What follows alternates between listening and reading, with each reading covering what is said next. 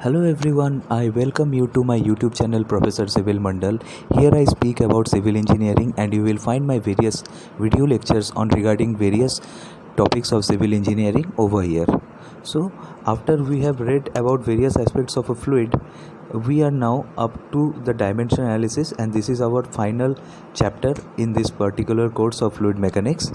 And in this chapter we will be learning about various dimensions and their application to verify certain equations and their homogeneity, and also we will learn about two methods of dimension analysis, that is the Rayleigh and the Buckingham pi method. And after we are done with making different equations, we will then finally proceed on to the verification and the relationship between the model and the prototype of a particular gadget or a machine or a equipment. So now, before we are moving on to this chapter, two very basic definitions we must be knowing. First is the dimension and second is the unit. So a dimension is the measure of the physical quantity without numerical values, while an unit is the way to assign a number to that dimension. So a dimension is actually, you can say that it is a physical quantity. It's nothing but a physical quantity, and you will actually not describe any value or any magnitude to it. Like suppose length or mass or time, these are certain dimensions. So in this we are not expressing any numerical value, and also these are some certain physical quantities. An object will have certain length, it will have certain mass, or a moving object will also depend on time. So these are certain physical quantities which are very useful in our day-to-day life, and we actually don't assign any numerical value to it.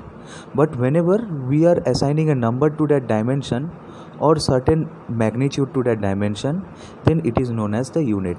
Suppose I have a scale in my geometry box and I am telling it that it is 15 centimeter. So what I am telling, this particular thing is actually the dimension which I am telling. It is not its mass or time.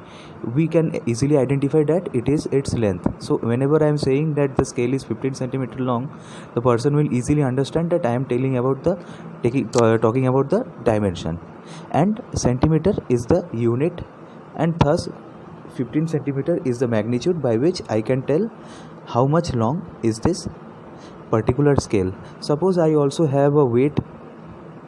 If a shopkeeper has a particular weight and 200 gram is written over it, so this is another way of expressing a dimension. Of course, when a person is saying 200 gram, he means the mass of the object, not any length or time. And even like it is, if you are saying 5 hours from now or 8 hours from now, so that is time. So these are the separate ways of expressing certain physical quantities. Such as length is a dimension, the measured in units like meter, centimeter, inches, etc. So you can call that length is the dimension, and the units that are used to measure the length are the meter, centimeter and the inches. So in total there are 7 primary dimensions. Primary, sometimes called the basic, and these dimensions are basically independent, or these are fundamental dimensions.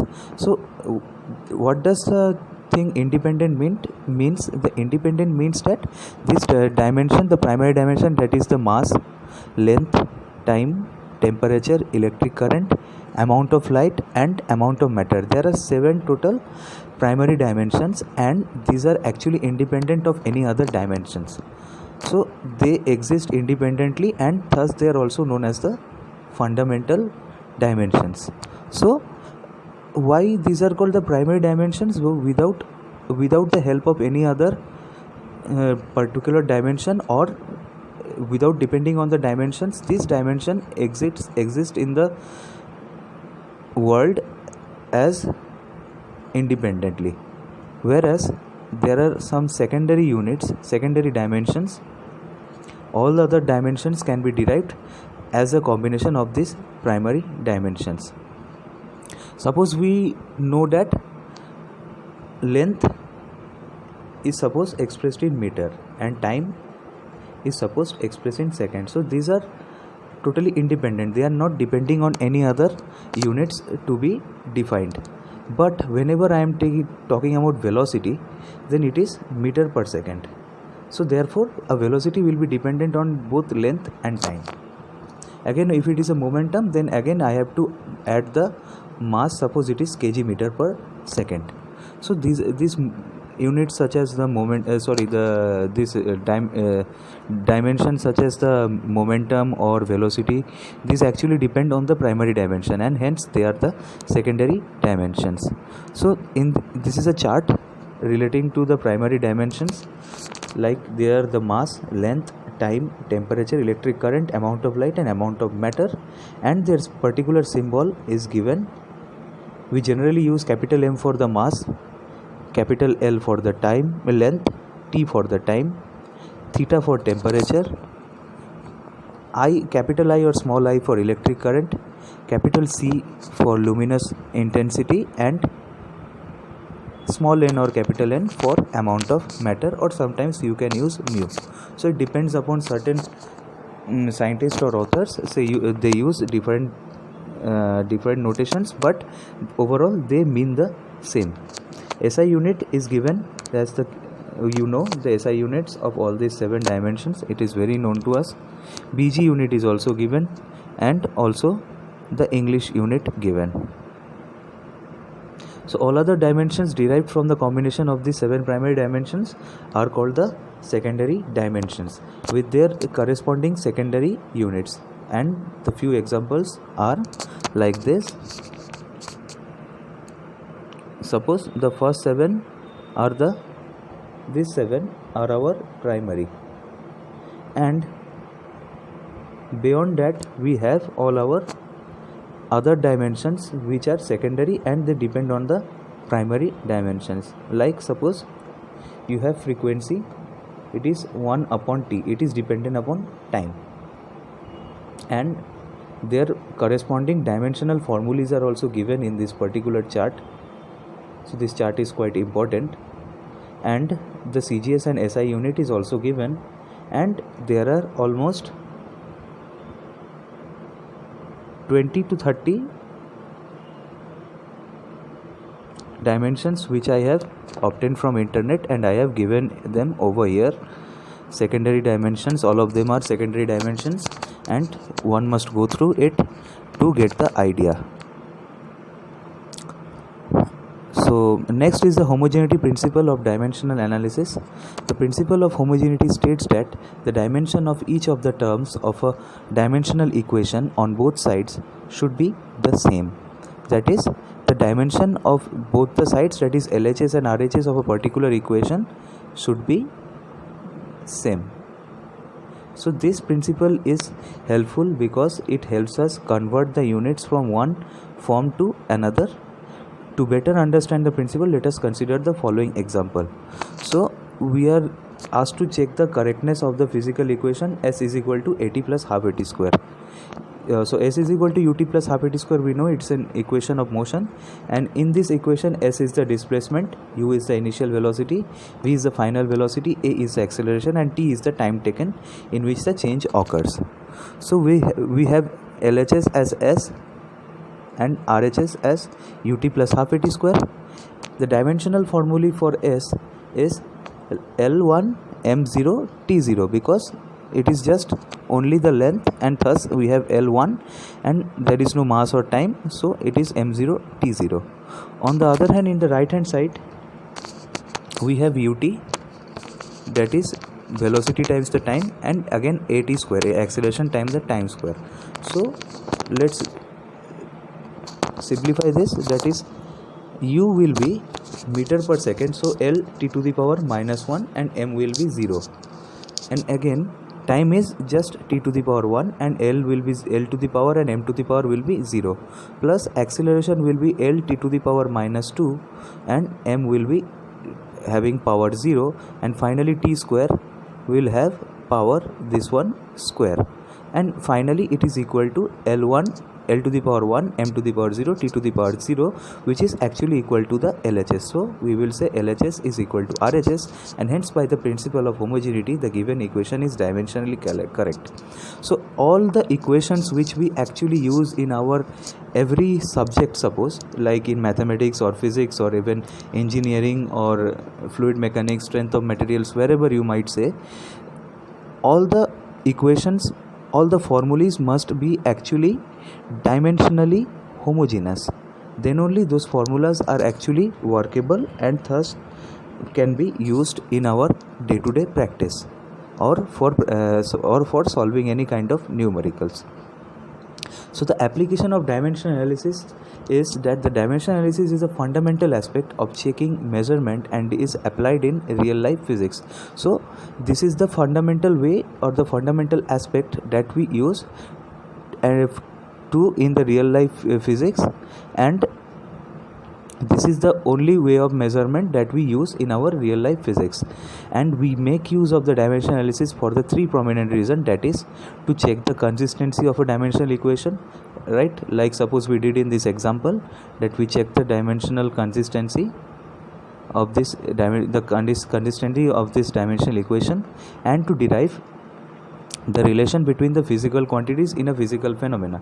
Like suppose we can derive the relation between frequency and time, that is this by this. So this dimensional analysis is also responsible for deriving relations between various dimensional parameters, just like you have area over here, that is length square, that is 2 times length. We are multiplying length with length and thus we will get the area. Similarly volume is there. So every dimensions, which are mainly the secondary dimensions, are actually related to each other, and thus establishing the relationship is thus one application of this dimensional analysis. And finally, to change the units from one system to another, again we use the concept of dimensional analysis. The only limitations of the dimensional analysis are it doesn't give information about the dimensional constant. So if there is any dimensional constant, we don't get any information regarding this. Even the formula containing the trigonometric function, exponential function, logarithmic function, etc. cannot be derived. So you also cannot derive the function that we are using for that particular formula. Suppose if a particular formula, suppose if you take the equation or the formula of the surface tension, where you have a term known as the cos theta. So basically if you are going to prove the homogeneity of that particular equation or particular formula for surface tension or a head due to surface tension, so there actually you will not use theta or this cos theta. This particular function will actually have no use. So therefore again this is another limitation or drawback of this dimensional analysis. And finally, it gives no information about whether a physical quantity is scalar or vector. Of course, by dimensional analysis you can never know whether the physical parameter is scalar or vector, because suppose like there are few dimensions which are having similar dimensional formulas, but by that you actually cannot say that this particular thing has one is scalar or vector or not. Just if you go through this table, you will get many formulas, many dimensional formulas which are quite similar, and you will say some of them are actually vector quantities that is they depend on the direction, and some of them are actually scalar quantities, that is they don't depend on the direction. Next we move on to the method of the dimensional analysis. So in the method of dimensional analysis we will follow two methods. First is the Rayleigh methods and second is the Buckingham-Pai method. So in Rayleigh method, what we actually do, we first consider, suppose let us consider the drag force F that a smooth spherical body experiences in a stream of incompressible fluid, and considering the tentatively a relationship of the form as somewhat like this. Suppose what a drag force is dependent upon the velocity, the diameter, the radius and the mass of that particular object, or you can say this drr for that area of that particular means that particular fluid or the particular obstruction that is actually obstructing the fluid in that particular drag force calculation. The dimension of each term must be noted along with the exponents, and both the sides of the equations are equated.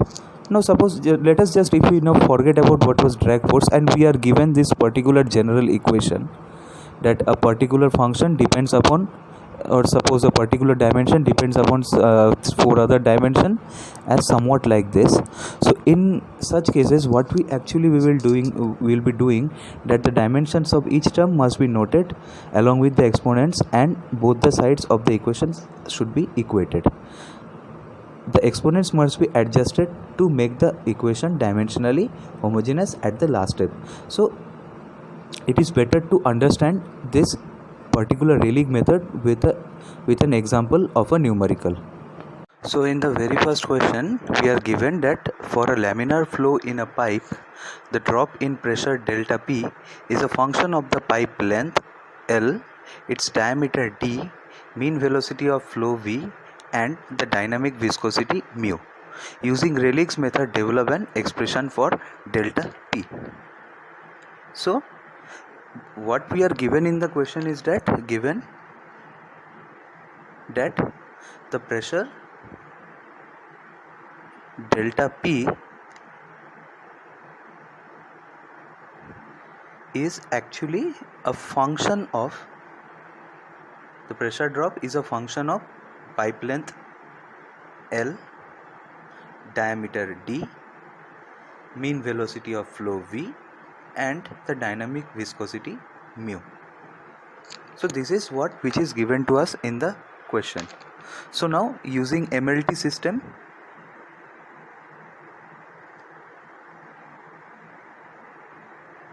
so let's write the MLT system of this particular units. First of all, pressure is expressed as M L to the power minus 1 T to the power minus 2. You can refer to the table. Pressure is expressed as M L to the power minus 1 T to the power minus 2. So pressure drop is actually a difference of the pressure, and thus it will be, the unit will be similar to that of, unit or dimension will be similar to that of a normal pressure. So it is M L to the power minus 1 T to the power minus 2, and it is a function of, it is given that it is a function of that length is L, and let us consider that, okay, let's do one thing, that let us consider that this equation is del P, which is equal to, suppose some constant K times L to the power A, D to the power B, V to the power C, and mu to the power D. And we are actually not sure about this ABCD, and thus also we are considering that there might be some any constant K that is being added to this equation. If this constant will have any significance, then it will be giving us some value, or it will be just 1 to us. So if this is the form of the equation, now the constant term will not have any dimension in the MLT system, and L, the length L, will be expressed in terms of L. M will be 0, M will be having power 0, and T will be having power 0 again. So, and also I'll just check one thing in this equation, in this part of the equation, what is the power of L? That is A. So I will write it just outside the bracket. Again we have the diameter D, same we will have the dimension L, and the power is given to be B.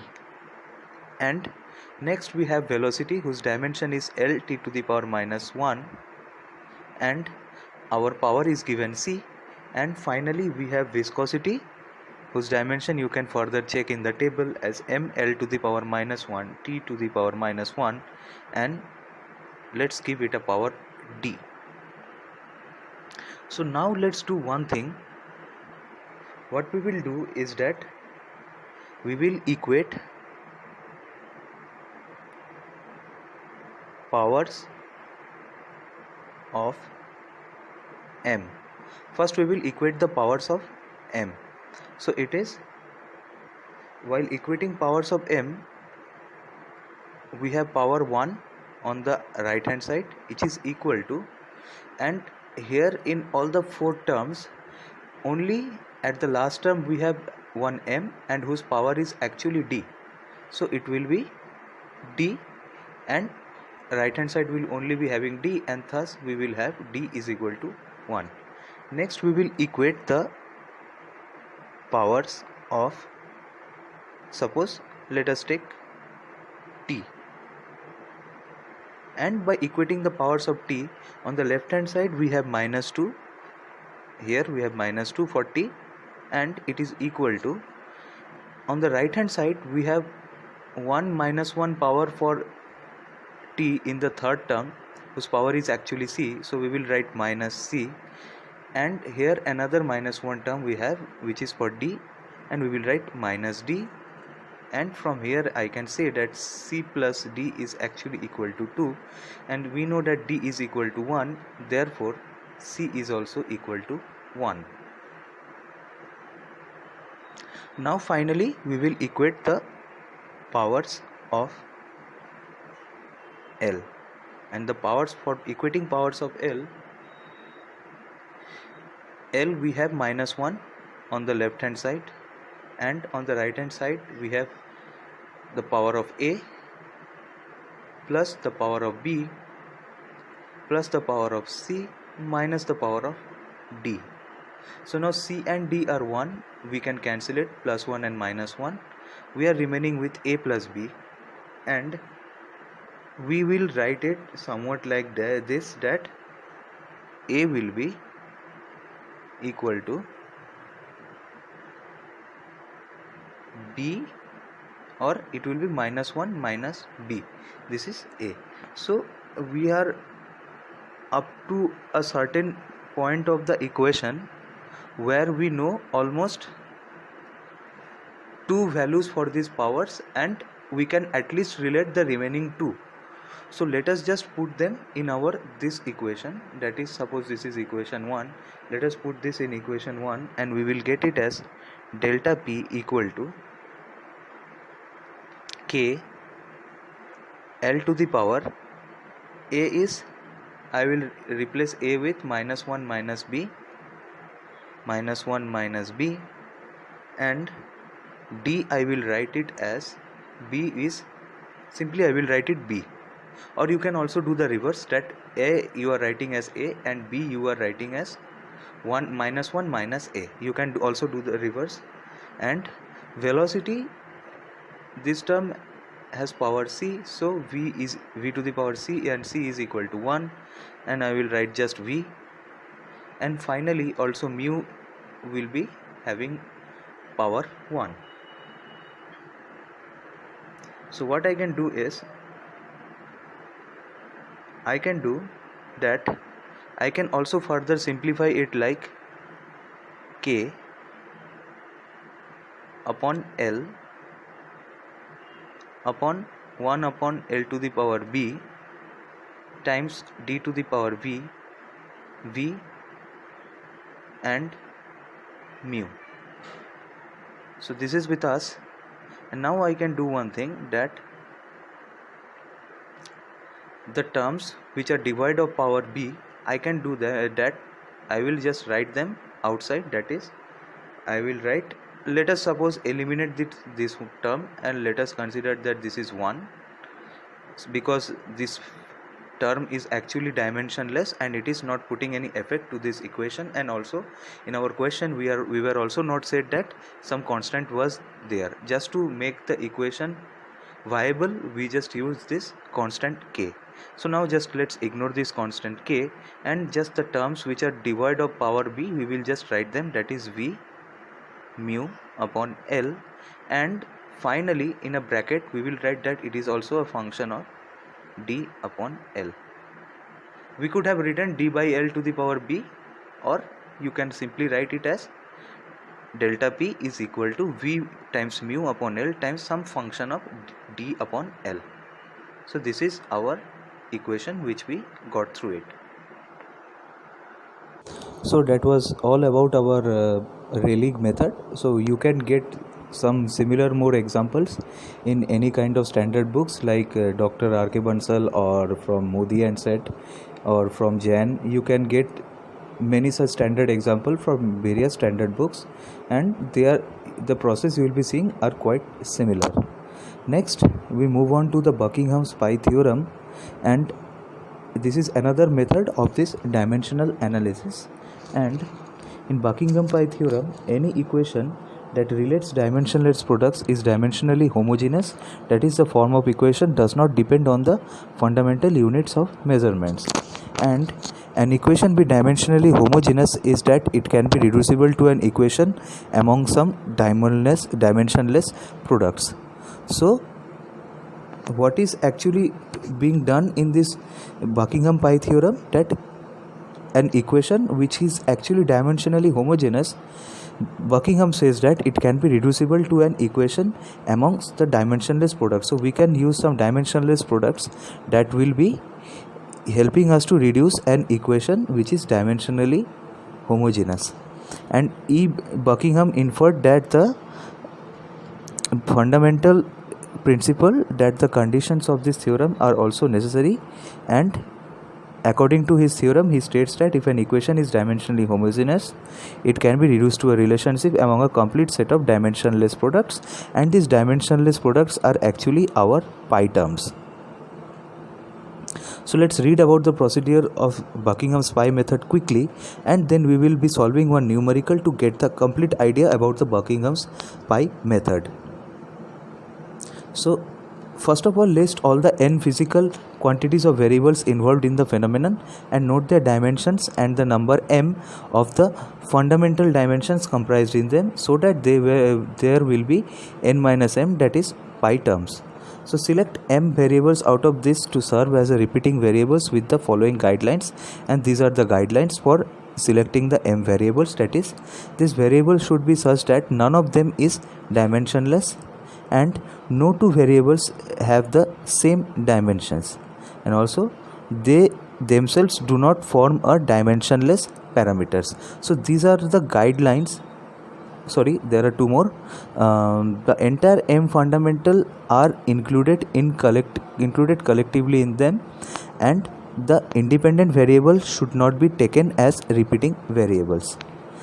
Then following these 5 conditions, you have to select the m variable out of this to serve as the repeating variable from the following as these 5 guidelines.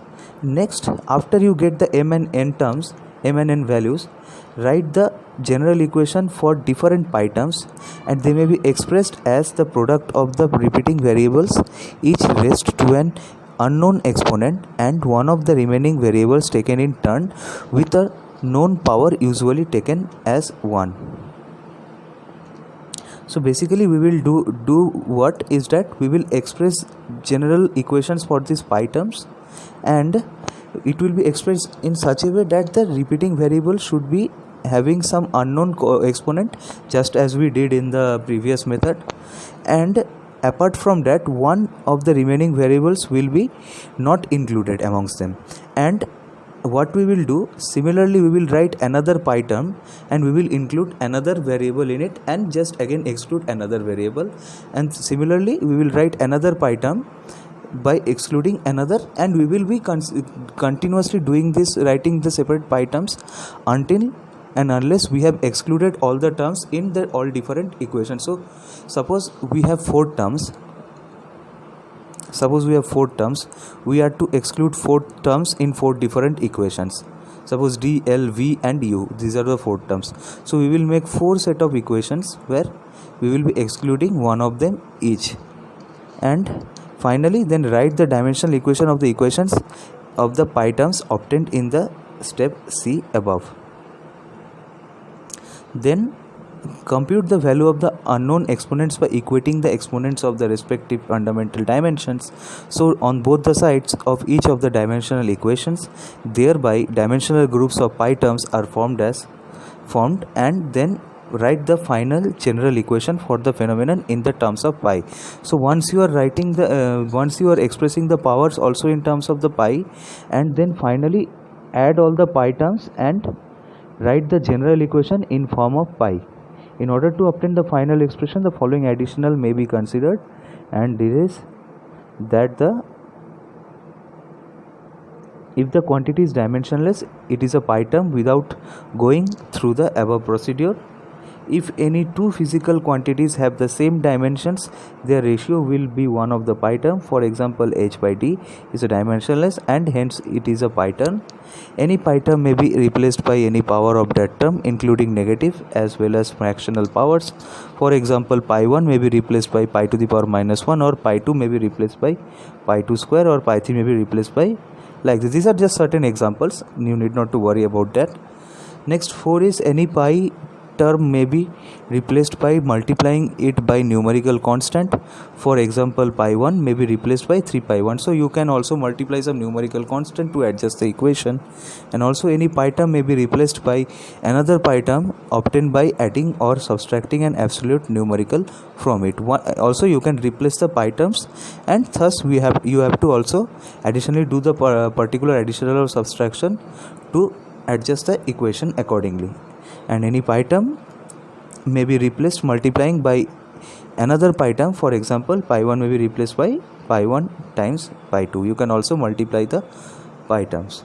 So mathematically, if any variable q1 depends on the independent variables q2, q3, q4 and up to qn, suppose these many variables are there, so which can be transformed to another function relationship as like this.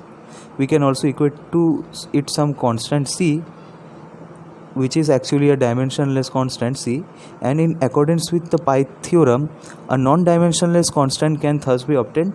That is, we can also write it equal to c1, like someone like this. And this is the way we will be representing the various terms in terms of pi, and just by excluding one term each for every equation. And finally, we will obtain the general equation on simplification like this, and for any result relationship this can be obtained. And let us do one example. That consider the problem of a drag force that a smooth spherical body experiences in a stream of compressible fluid, and assume that 5 variables, namely drag force F, velocity V, diameter of the sphere d, and density of the fluid ρ, and the absolute viscosity mu are related by a dimensionally homogeneous equation which is indicated by this. Then we can write the equation in general form somewhat like this as F1 F times, because previously it is just showing that F is the function of V, d, ρ and u. Now including F inside the function, we are introducing another function F1, and we are actually equating it to a certain constant c.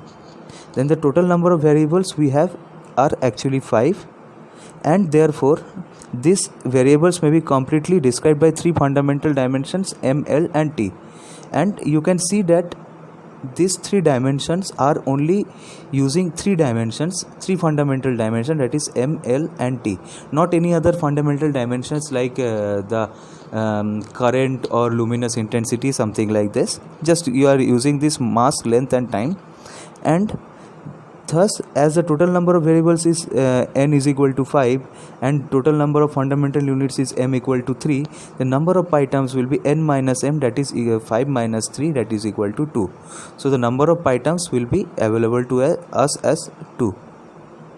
So 2 will be our pi terms, and these are the pi terms that we will be one time excluding one and write the equation, and the other time we will exclude the other and write the equation. So in order to form these pi terms, choose the 3 repeating variables. So we will choose the other 3 variables as the repeating variables, and we will choose 2 as the pi variables. So choose the repeating variables following the guidelines. Since the fundamental dimensions are 3, choose R, V and D as repeated variables. You can choose the repeated variables following this particular guidelines. Here, this. The variable should be such that none of them is dimensionless. No two variables have the same dimension. They themselves do not have a dimensionless parameter. The entire M fundamental are included collectively in them. The dependent variable should not be taken as repeating variable. So these are the 5 conditions for choosing the fundamental variable. And thus you will write the pi terms as pi 1 and pi 2 because only 2 pi terms will be possible. And after writing this, express pi 1 in terms of MLT and equating the components of MLT, we will get something, and substitute the value of A1 B1 in equation 3 and E in equation 4. We will get the particular values. So we will solve for this and we will get a general equation for suppose pi 1. Similarly, we will do the same process and we will obtain a general equation for pi 2, and after that our job is done.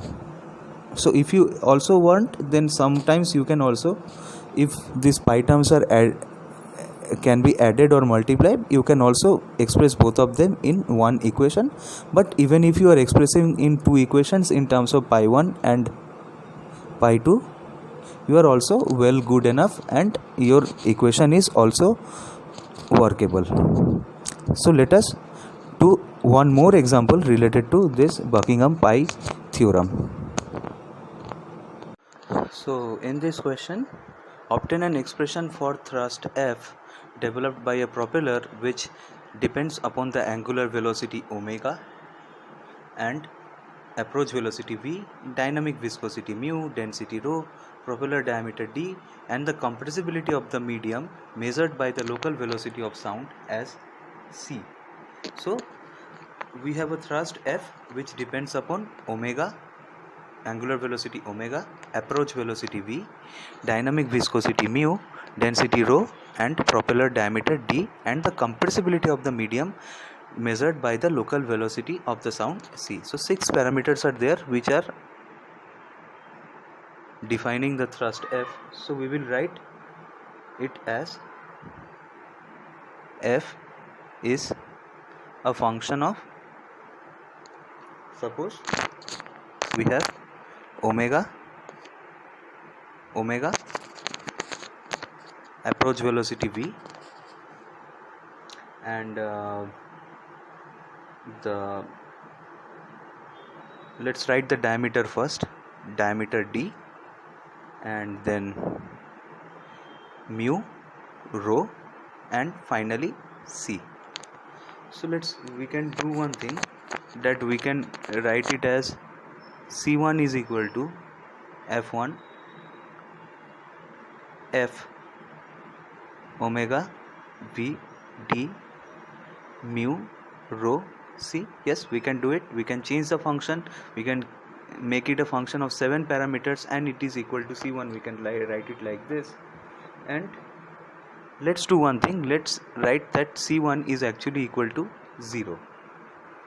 And considering that force will be totally dependent upon these 6 terms. So now we have 7 terms total in all, 1 2 3 4 5 6 7. So we have n equal to 7, and all these terms, that is force or even angular velocity omega, approach velocity v, dynamic viscosity mu, density rho, propeller dia d, and compressibility of the medium and velocity of sound c, all are actually dependent upon 3 variables, namely m, l, and 3 dimensions, that is m, l, and t, mass, length, and time. So we will have m is equal to 3. Therefore number of pi terms is equal to n minus m, which is equal to 4. 7 minus 3 is equal to 4. So let us choose that our repeating variables are v, d, and rho. Let v, d, rho be the repeating variable.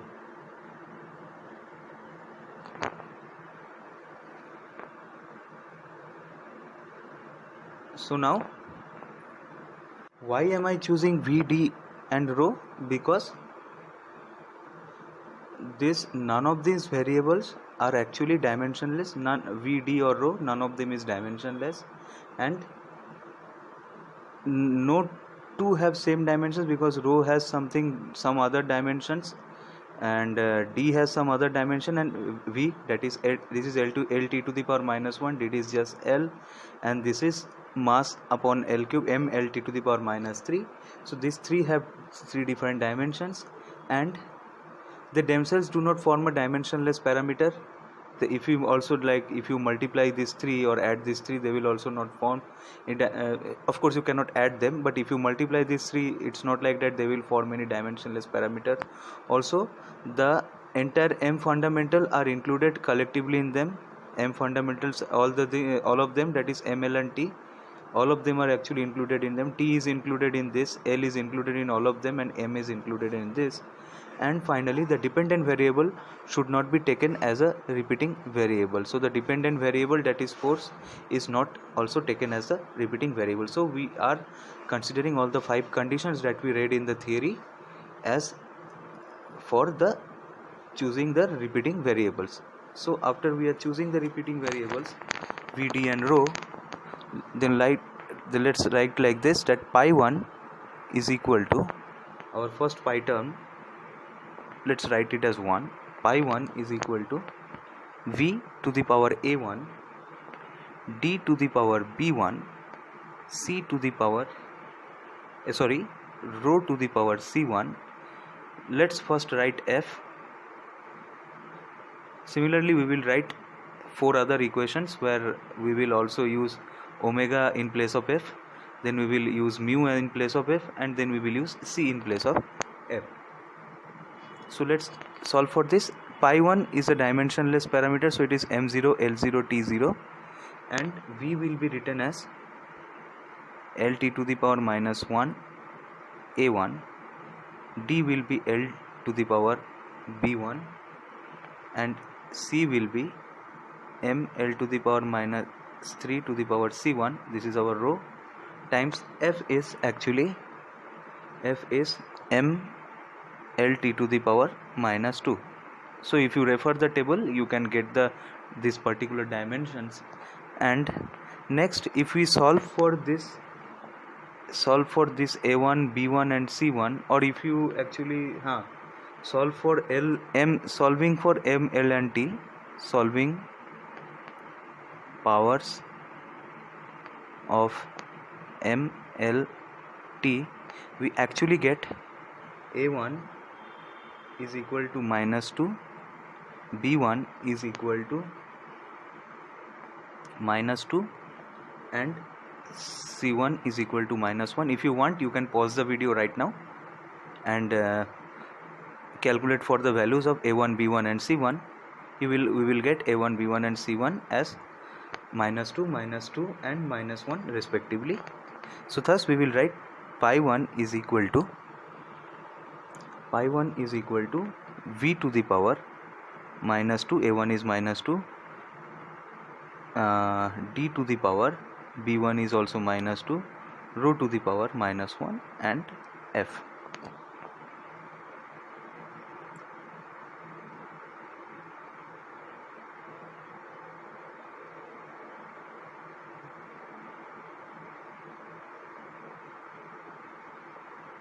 And thus it is equal to f upon, if you simplify this, it will be v square d square rho, because this will be coming in denominator having negative powers.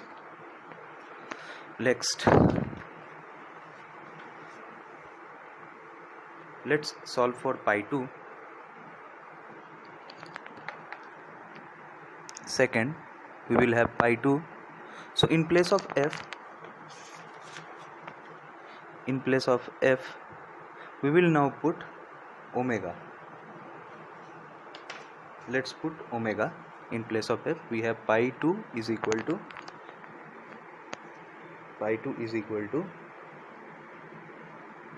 v to the power a2, d to the power b2, rho to the power c2, and we will use omega over here. Omega is the angular velocity.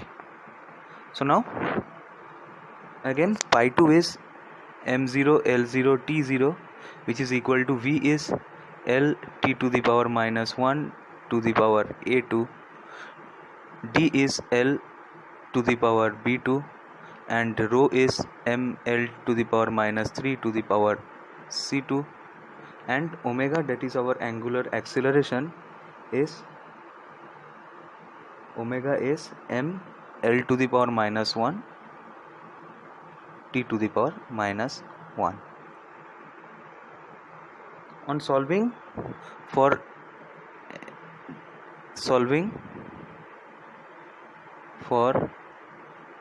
powers of mlt, we will get a2 is equal to minus 1, b2 is equal to minus 1, and also c2 is equal to minus 1. So therefore pi 2 is equal to v to the power minus 1 d to the power minus 1 rho to the power minus 1 omega, which is actually equal to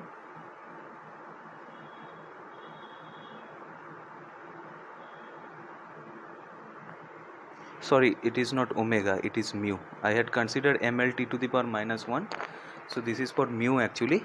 Just make this correction. Mu in place, it is actually mu, so it is mu over here. So it will be equal to mu upon v d rho. Please make this correction. This is mu, this is not omega. ml to the power minus 1 t to the power minus 1 is for mu actually. For omega it is t to the power minus 1, because it is angular acceleration and its unit is per second. Angular velocity, its unit is per second. Okay, so now we will actually consider this omega and we will write it. So let's write pi 3 as v to the power a3, d to the power b3, rho to the power c3, and now I will write omega. So m to the power 0, l to the power 0, t to the power 0 is equal to l t to the power minus 1 a3, l to the power b3, m l cube to the power c3, and we have t to the power minus 1. We have t to the power minus 1. So now on solving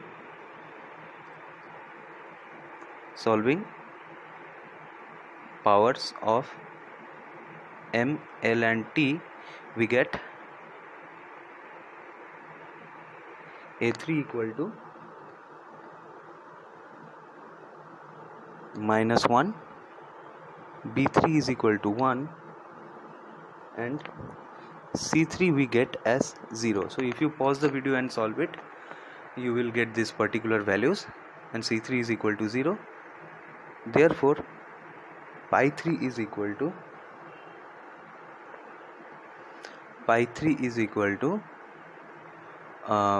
v to the power minus 1, d to the power 1, and rho to the power 0, and omega, and it is equal to pi is equal to d omega by v.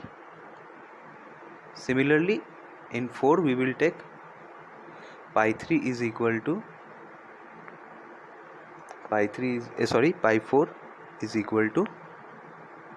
v to the power a4, d to the power b4, rho to the power c4, and in place of omega, the fourth term which we are remaining with, let's write it c, and it's m0 l0 t0 is equal to lt to the power minus 1 to the power a4, l to the power b4, ml to the power minus 3 to the power c4, and C, the unit of C is, again it is LT to the power minus 1, because it is nothing but velocity only. C, we were said that it is the compressibility of the medium measured by the local velocity of the sound C. So it is one kind of velocity of sound, and it is again LT to the power minus 1. So on solving this, we will get values of A4 is equal to minus 1, B4 is equal to 0, C4 is equal to 0. So finally we will have pi 4 is equal to V to the power minus 1, D to the power 0, rho to the power 0, and C, and it is equal to C by V. So what we can do is that, let's just say that 0 is equal to a function of pi 1, pi 2, pi 3 and pi 4, 4 pi terms which we have obtained, and you can say that 0 is also equal to, which is actually equal to pi 1 is f upon v square d square rho. We will write it f v square d square rho. Pi 2 is mu upon v d rho. Pi 3 is d omega by v, and pi 4 is c by v. So now also, just putting this outside the bracket, I can also write that f v square d square rho is equal to function of mu v d rho comma d omega v comma c by v. Just I am putting it outside the function, or if it was f1, I can write it at f of this, and finally I will write it as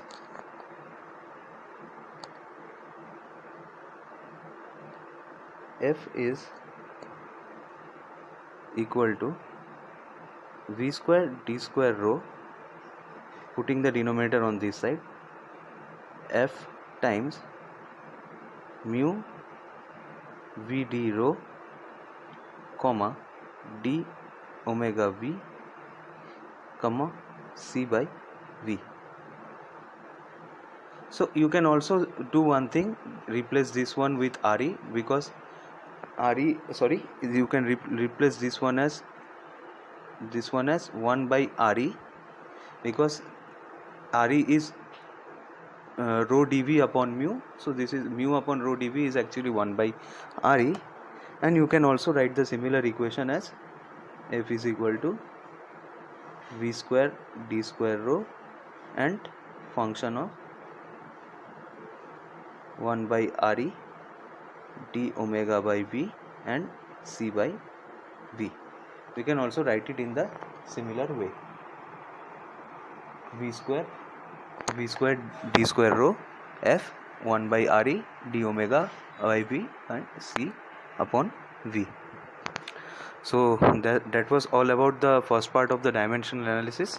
There will be a second part of the dimensional analysis where we will start the model and prototype analysis, which is a very important part, and that will be the final part of the fluid mechanics.